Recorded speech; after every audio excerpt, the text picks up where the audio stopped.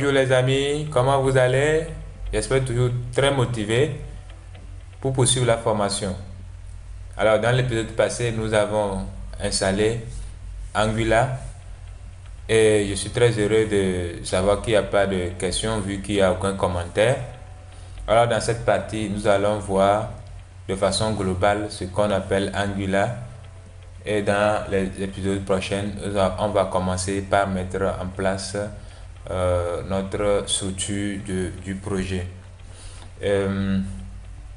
Les applications Angular sont modulaires et Angular possède son propre système de modularité qu'on appelle le ng module. Alors, tout ce que nous allons créer comme components et services seront toujours déclarés dans le ng module. Donc, excusez-moi si j'utilise certains termes qui ne vous sont pas encore connus. Dans peu de temps, vous allez les maîtriser simplement, d'accord? Et nous avons aussi les services comme ce que nous avons vu aussi du côté de Spring. Et on parle des injecteurs ou injecteurs en anglais. Donc, c'est la même chose comme le auto-wiring, d'accord, entre guillemets, de Spring. Alors, nous allons mettre en place des services que nous pouvons utiliser dans plusieurs components par rapport aux méthodes que fournit ces services-là. Maintenant, les components maintenant sont en quelque sorte aussi comme les contrôleurs que nous avons vu aussi dans Spring. Et chaque component est relié à un template spécifique. Alors, pour échanger des informations, par exemple, si nous sommes dans un template et nous voulons appeler une méthode dans le component, nous allons utiliser ce qu'on appelle le event binding, d'accord, par rapport à un clic, par rapport à un survol d'un élément, etc. On va comprendre tous ces éléments là aussi. Maintenant, du côté des directives et des metadata, en fait, ça c'est pour par exemple faire les structures de contrôle et autres, les if, les for et tout ça. Donc, nous allons aussi essayer de voir exactement comment tout cet ensemble forme une application modulaire. Alors, qu'est-ce que nous allons faire? Dans notre épisode précédent, nous avons créé notre projet. Qu'est-ce qu'on va faire? On va l'ouvrir avec Eclipse, vu que c'est dans Eclipse que nous travaillons. Alors, pour une petite précision, normalement, on peut aussi installer Angular directement dans Eclipse. D'accord? Bon, on n'a pas vraiment besoin de ça, donc bon, on va opter juste pour notre ce qu'on a commencé. Donc, on va ouvrir notre projet directement dans Eclipse. Qu'est-ce qu'on va faire? On va aller sur Files, on va dire Open Project from File Space. Alors, on vient cliquer sur Directory et on va naviguer et aller chercher notre projet qui est chez moi ici. On vient dans Tuto et là, on l'avait appelé projet Angular. Là, on va l'importer dans notre système. Alors, ça va prendre un petit temps. En attendant, on va attendre que ça finisse et espérons que ça finisse vite.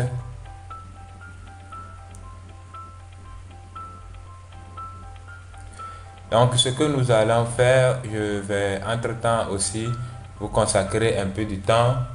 D'accord? Par exemple, demain, dans la matinée, je suis disponible. Vous allez poser des questions. Je peux répondre de façon instantanée. Donc, demain, entre de 9h à midi, je suis là. Si vous avez des questions, n'hésitez pas à les poser. Alors, je clique sur Finish pour que ça nous importe notre projet dans Eclipse. Share this Git project. Voilà. Alors, notre projet est importé. Maintenant, on va essayer de rentrer et voir la structure du projet.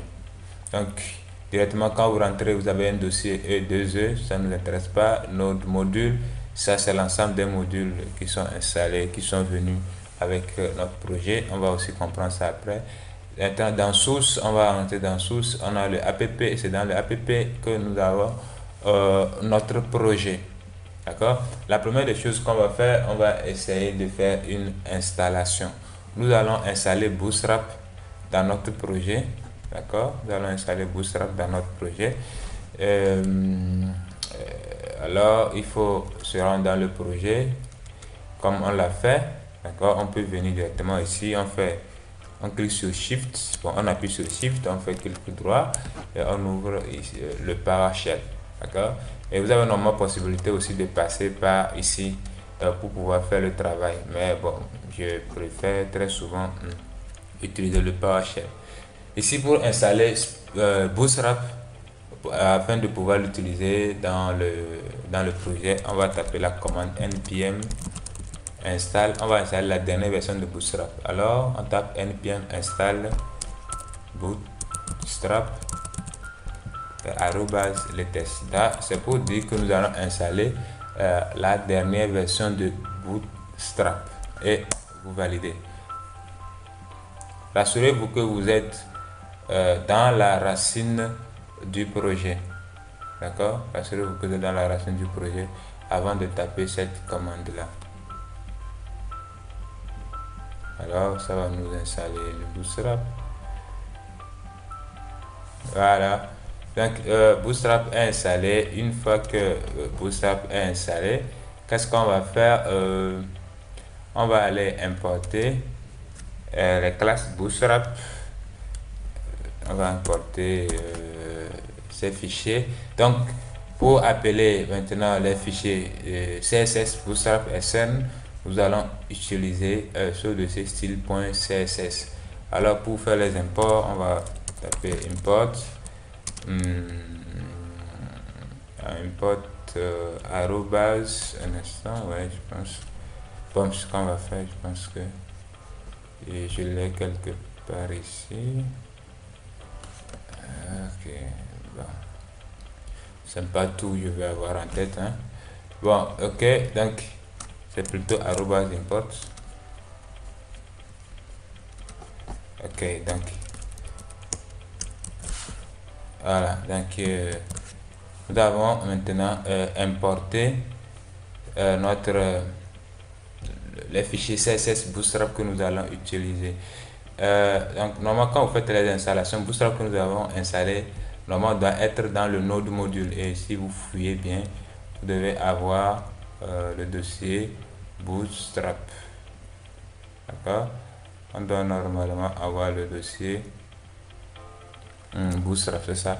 Et quand vous rentrez dedans maintenant, vous allez voir l'ensemble des fichiers que nous venons d'appeler. Il y a dist, CSS. Donc vous rentrez dans dist, vous avez les CSS et autres. Donc ceux qui sont curieux peuvent fouiller et voir ce qui se passe là-bas. Alors on vient de voir la première installation. Et ce qu'on va faire, on va démarrer le projet comme nous étions déjà dans le dossier. Donc pour démarrer le projet, qu'est-ce qu'on va faire? On va simplement faire ng-serve. D'accord? On va taper ng-serve afin de démarrer notre projet. Ça va prendre un peu de temps.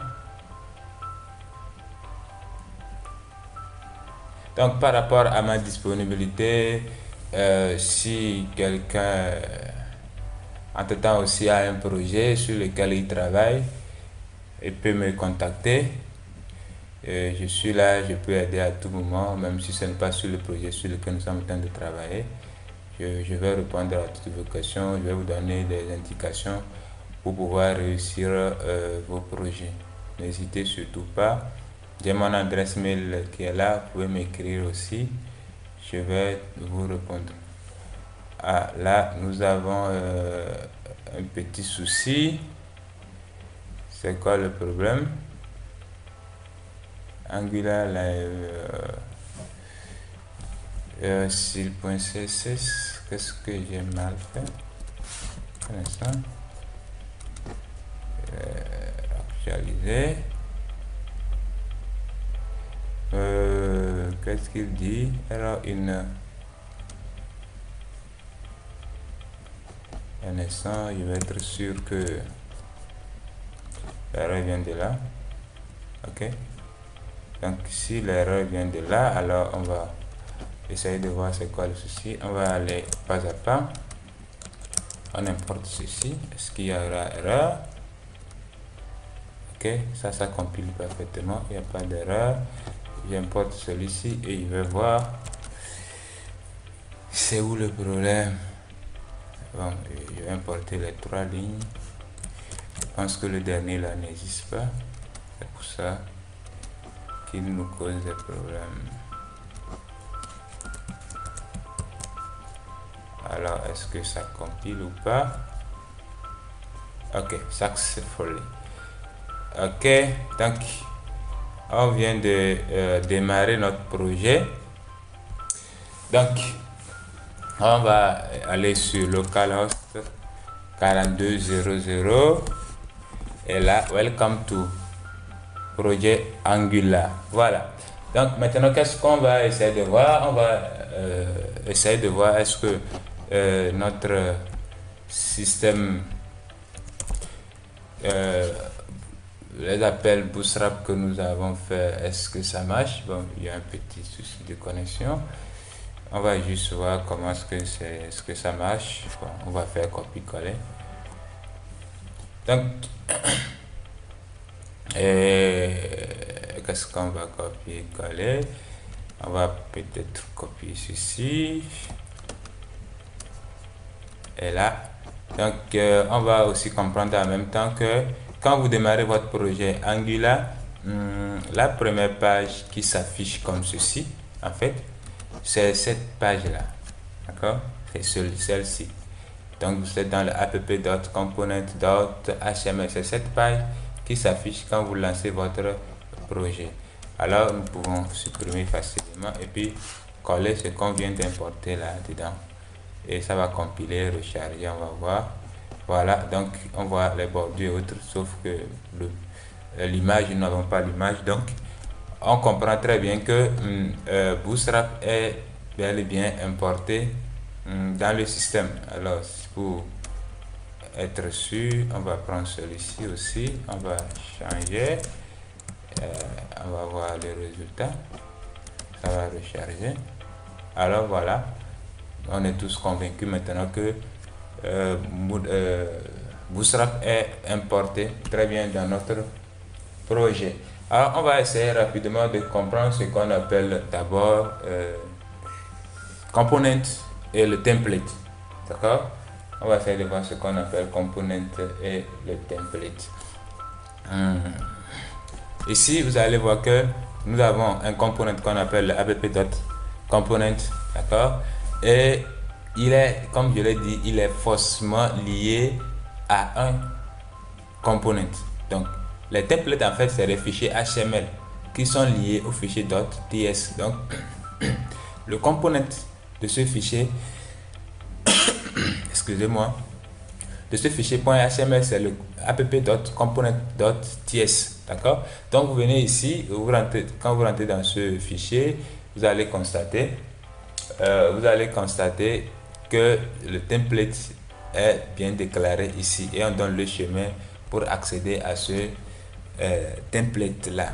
Alors vu que ce fichier .html est lié à ce template, alors qu'est-ce qu'on va faire? On va probablement combiner ça avec la déclaration des variables et la récupération de leurs valeurs sur les templates et vous allez comprendre exactement comment ça marche. D'accord? Maintenant, rapidement, on va voir comment est-ce que nous-mêmes on peut créer notre propre template. D'accord? Et si notre propre plutôt component, excusez-moi. Supposons que je veux créer un component, d'accord, que je vais appeler, on va l'appeler comment? On va l'appeler alphabet par exemple. Donc je vais taper ng generate component et suivi du nom j'ai dit alphabet par exemple. On peut aussi abrévier tout ça. Donc vous mettez simplement NIJ, c'est suivi du nom de component. Donc NIJ generate component alphabet et je valide. Donc, vous pouvez le faire ici directement ou bon, allez le faire dans comment l'appelle-t-on, dans votre CMD. Hein. Vous pouvez directement venir dans le projet ici. Vous pouvez venir dans, vous faites Shift, clic droit, vous sélectionnez ça et puis vous tapez la commande exactement aussi là-bas. Alors, nous venons de générer notre component que nous avons appelé alphabet. Et ça nous crée un dossier alphabet dans lequel maintenant on a 4 fichiers. Les fichiers qui nous intéressent ici, c'est alphabet.component.ts, d'accord, et alphabet.component.html. Et comme je l'ai dit, toutes les applications Angular sont modulaires et Angular lui-même possède son système de modularité qu'on appelle le ng-module. Dès que vous créez un component, ce component est directement mis à jour dans votre app.module. Donc ce qui est fait ici, vous voyez que notre component qu'on vient de créer est automatiquement importé ici et déclaré là. Et tout ça là aussi, nous allons comprendre c'est quoi la déclaration, l'import, les providers, Bootstrap app. Donc nous allons comprendre ça dans les prochains épisodes. Donc ce que nous allons faire ici maintenant, c'est de comprendre comment est-ce que les components sont liés à leur template. Alors qu'est-ce que nous allons faire? Dans ce component, on va rapidement profiter, voir comment est-ce qu'on déclare les variables et aller les récupérer sur le template. Alors ici, pour déclarer une variable, c'est toujours la même chose comme les autres langages, sauf que le nom de la variable est d'abord à gauche. C'est ça, il faut aussi noter. C'est bon. Et maintenant, le type est à droite. Donc, si je veux créer une valeur, une variable plutôt, que je vais appeler Toto, alors je mets d'abord Toto, je mets 2 points, et je mets le type string. Et si je veux donner une valeur à string, à la variable Toto, je mets égal et je mets bienvenue dans Angular.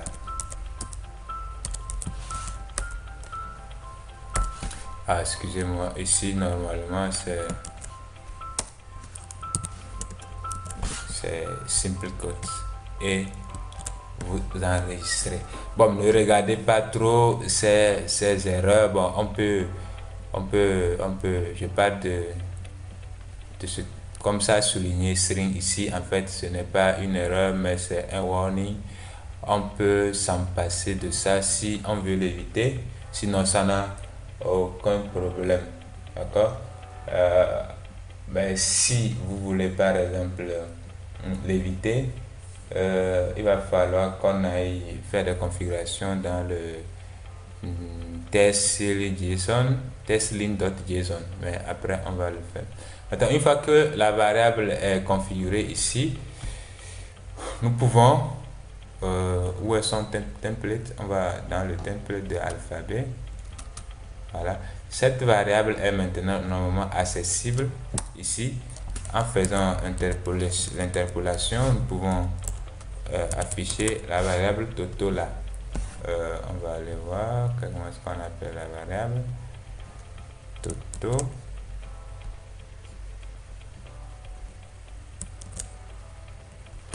Il dit quoi?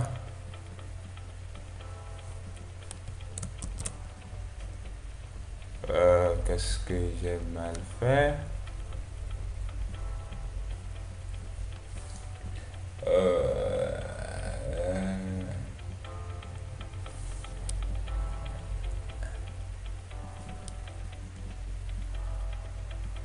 Je suis où? Ah, excusez-moi, j'ai plutôt déclaré la variable dans... Donc, j'ai dit, on va utiliser quoi? Alphabet. Alphabet dot... Voilà, excusez-moi. Donc, c'est dans alphabet. qu'on va travailler. On décale la variable là et on l'appelle ici. Voilà. Maintenant, pour le moment, ça ne va rien changer. Qu'est-ce qu'on va faire?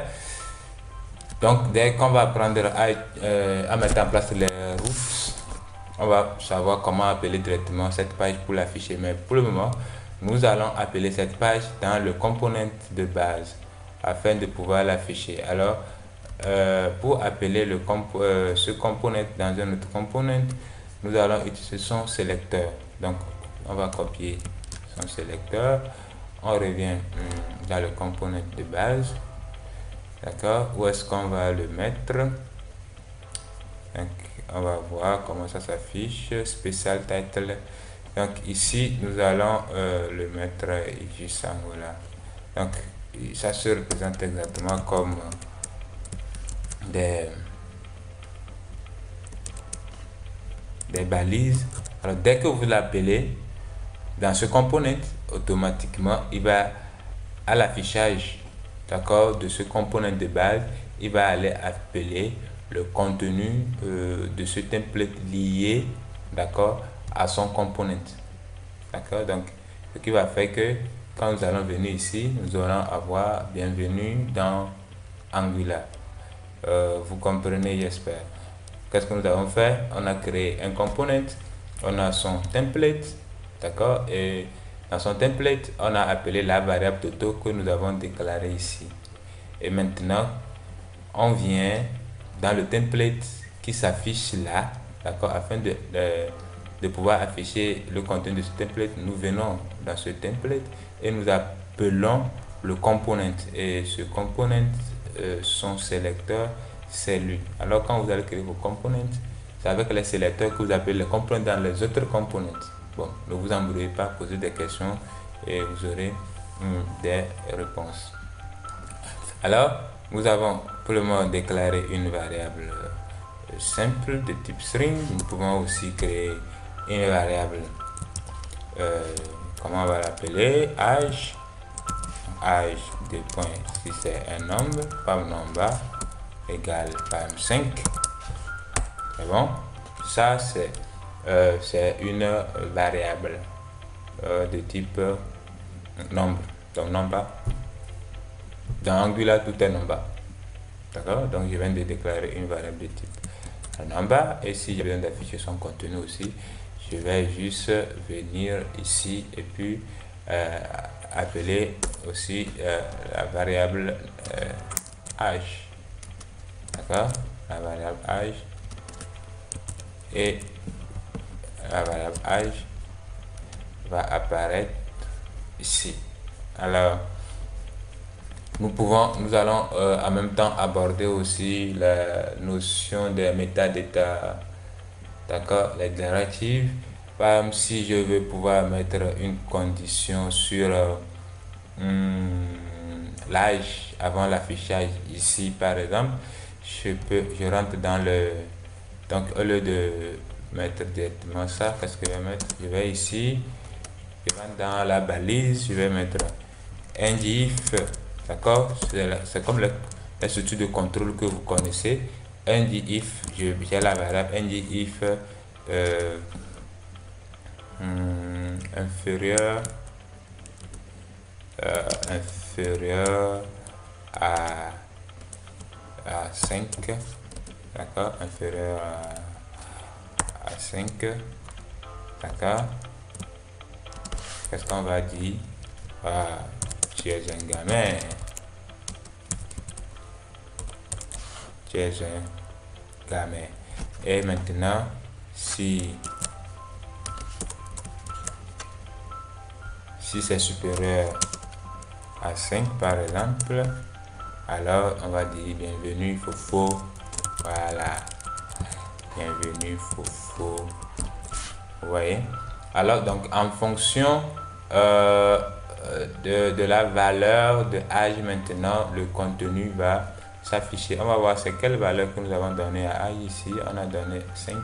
Donc si je mets par exemple 6, qu'est-ce que je fais? Je mets par exemple 6 et j'actualise. Qu'est-ce que ça va nous afficher? bienvenue, faux, voilà, ça veut dire que c'est supérieur à 5. C'est bon. Donc, qu'est-ce qu'on peut aussi dire de façon rapide et simple? Comme si vous voulez déclarer